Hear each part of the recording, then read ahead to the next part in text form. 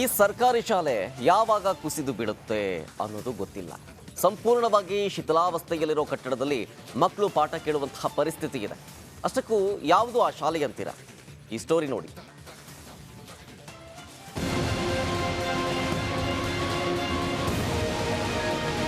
ಯಾವ ಭಾಗದಿಂದ ನೋಡಿದ್ರೂ ಇದು ಶಾಲೆಗೆ ಯೋಗ್ಯವಾದ ಕಟ್ಟಡ ಅಂತ ಅನಿಸೋದೇ ಇಲ್ಲ. ಅಕ್ಕಪಕ್ಕದಲ್ಲಿ ಗಿಡ ಗಂಟಿಗಳು ಬೆಳೆದಿವೆ. ತಡೆಗೋಡೆಯಿಂದ ಸಿಮೆಂಟ್ ತಗಡುಗಳು ಹರಿದು ಬೀಳ್ತಿವೆ. ಒಳಗಡೆ ಹೋದ್ರೆ ಕೂರೋಕೆ ನೆಲ ಸಹ ಸರಿಯಾಗಿಲ್ಲ. ಒಂದರ್ಥದಲ್ಲಿ ಯಾವಾಗ ಬೇಕಾದ್ರೂ ಈ ಕಟ್ಟಡ ಕುಸಿದು ಬೀಳಬಹುದು. ಪರಿಸ್ಥಿತಿ ಹೀಗಿದ್ರೂ ಇಲ್ಲಿನ ಮಕ್ಕಳು ಮಾತ್ರ ವಿಧಿ ಇಲ್ಲದೆ ಇಂತಹ ಶಿಥಿಲ ಕಟ್ಟಡದಲ್ಲಿಯೇ ಕುಳಿತು ಪಾಠ ಕೇಳ್ತಿದ್ದಾರೆ. ಬೆಂಗಳೂರು ಗ್ರಾಮಾಂತರ ಜಿಲ್ಲೆ ಹೊಸಕೋಟೆ ತಾಲೂಕಿನ ಎತ್ತಿನೊಡೆಯಾಪುರ ಗ್ರಾಮದಲ್ಲಿರೋ ಸರ್ಕಾರಿ ಶಾಲೆ ಇದು. ಈ ಹಿಂದೆ ಸಾಕಷ್ಟು ಮಕ್ಕಳು ಸರ್ಕಾರಿ ಶಾಲೆಯಲ್ಲಿ ಓದ್ತಿದ್ರು. ಆದ್ರೆ ಸರ್ಕಾರಿ ಶಾಲೆ ದಿನ ಕಳೆದಂತೆ ಪಾಳು ಬಿದ್ದ ಭೂತ ಬಂಗಲೆಯಂತಾಗಿತ್ತು. ಜಾನುವಾರುಗಳ ಸಾಕಾಣಿಕೆಗೂ ಯೋಗ್ಯವಿಲ್ಲದಂತಾಗಿದೆ. ಜೊತೆಗೆ ನಿತ್ಯ ಮೇಲ್ಚಾವಣಿ ಹಾಗೂ ಗೋಡೆಗಳಿಂದ ಸಿಮೆಂಟ್ ತಗಡು ಮುರಿದು ಬೀಳ್ತಿದ್ದು ಯಾವಾಗ ಶಾಲೆ ಕುಸಿದು ಬೀಳುತ್ತೋ ಅನ್ನೋ ಆತಂಕವಿದೆ. ಪರಿಸ್ಥಿತಿ ಹೀಗಿರುವಾಗ ಶಾಲೆ ಸರಿಪಡಿಸುವಂತೆ ಹಲವು ಬಾರಿ ಅಧಿಕಾರಿಗಳು ಮನವಿ ಮಾಡಿದ್ರೂ ಯಾವುದೇ ಪ್ರಯೋಜನವಾಗಿಲ್ಲ. ನಮ್ಮೂರು ಶಾಲೆಯಲ್ಲಿ 9 ಜನ ಮಕ್ಕಳಿದ್ದಾರೆ. ಅವರು ಕುತ್ಕೊಳ್ಳೋಕ್ಕೆ ನಿಂತ್ಕೊಳ್ಳೋಕ್ಕೆ ಆಗ್ತಾಯಿಲ್ಲ. ಕಾರಣವೇಂದರೆ ಶಾಲೆ ತುಂಬ ಶಿಥಿಲ ಆಗೋಗಿದೆ. ಒಳಗಡೆನೂ ನೀರಿದೆ, ಹೊರಗಡೆನೂ ನೀರಿದೆ.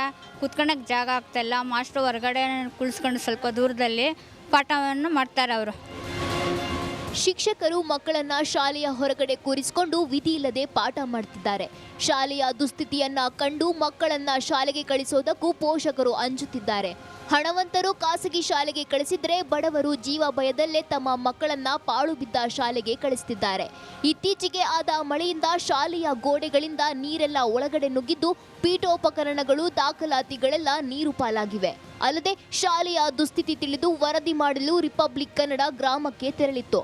ಆಗ ಎಚ್ಚೆತ್ತ ಕ್ಷೇತ್ರ ಶಿಕ್ಷಣಾಧಿಕಾರಿ ಶಾಲೆ ಪಕ್ಕದಲ್ಲಿರುವ ಅಂಗನವಾಡಿಗೆ ಮಕ್ಕಳನ್ನ ರವಾನಿಸಿ ಅಲ್ಲಿ ಪಾಠ ಮಾಡುವಂತೆ ಶಿಕ್ಷಕರಿಗೆ ಸೂಚಿಸಿದ್ದಾರೆ.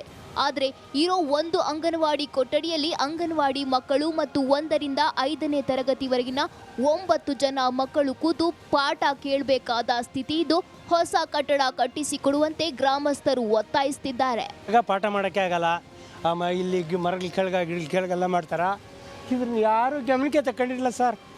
ಮಕ್ಕಳು 9 ಜನ ಹುಡುಗರವ್ರೆ. ಅವರು ದಿಗಿಲ್ಕಾದ್ರಕ್ಕೆ ಹೋಗೋಕ್ಕೆ ಆಗಲ್ಲ. ಮೆಂಬರ್ ಆದರೆ ಈ ಊರಿಗೆ ಮೆಂಬರ್ ಅವನಂತೆ ದಿಕ್ಕೇ ಅಲ್ಲ. ಸರ್ಕಾರ ಶಿಕ್ಷಣಕ್ಕೆ ಅಂತ ಕೋಟಿ ಹಣ ಖರ್ಚು ಮಾಡ್ತಿರೋದಾಗಿ ಹೇಳ್ತಿದೆ. ಆದರೆ ಸಿಲಿಕಾನ್ ಸಿಟಿ ಹೊರವಲಯದಲ್ಲೇ ಸರ್ಕಾರಿ ಶಾಲೆ ಶೋಚನೀಯ ಸ್ಥಿತಿಯಲ್ಲಿರೋದು ನಿಜಕ್ಕೂ ದುರಂತ. ಇನ್ನಾದರೂ ಸರ್ಕಾರ ಇತ್ತ ಗಮನ ಹರಿಸಿ ಹೊಸ ಕಟ್ಟಡ ಕಟ್ಟಿಸುವ ಮೂಲಕ ಗ್ರಾಮದ ಮಕ್ಕಳ ಶಿಕ್ಷಣಕ್ಕೆ ಅನುವು ಮಾಡಿಕೊಡ್ಬೇಕಿದೆ. ಮಂಜುನಾಥ್ ದಿನ್ನೂರು, ರಿಪಬ್ಲಿಕ್ ಕನ್ನಡ, ದೇವನಹಳ್ಳಿ.